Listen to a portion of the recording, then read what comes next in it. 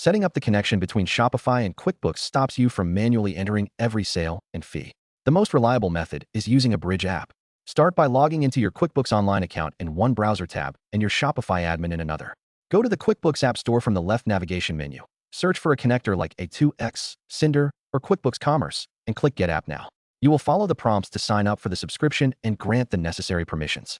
Once the app is installed, you need to map your accounts properly to prevent a mess in your chart of accounts.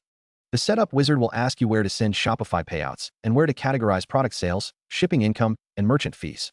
For the clearing or holding account, select an existing asset account, often called Shopify Payments Receivable, or create a new one.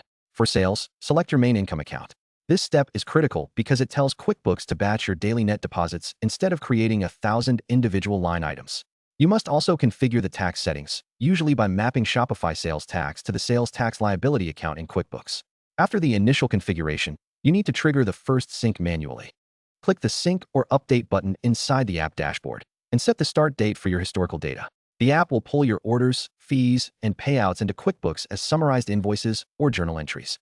Do not panic if the numbers look incomplete at first. A proper integration relies on the clearing account principle. The gross sales increase the clearing balance, the deducted fees decrease it, and the final matching bank deposit zeroes it out. Verify that the amounts in the clearing account exactly match the net deposits from Shopify that landed in your real bank feed. To keep the books clean, establish a monthly reconciliation habit. After the app posts the summary entries, go to the clearing account register in QuickBooks. Compare the negative fees and positive sales against each Shopify payout period. The difference should equal the net deposit shown in your bank transactions.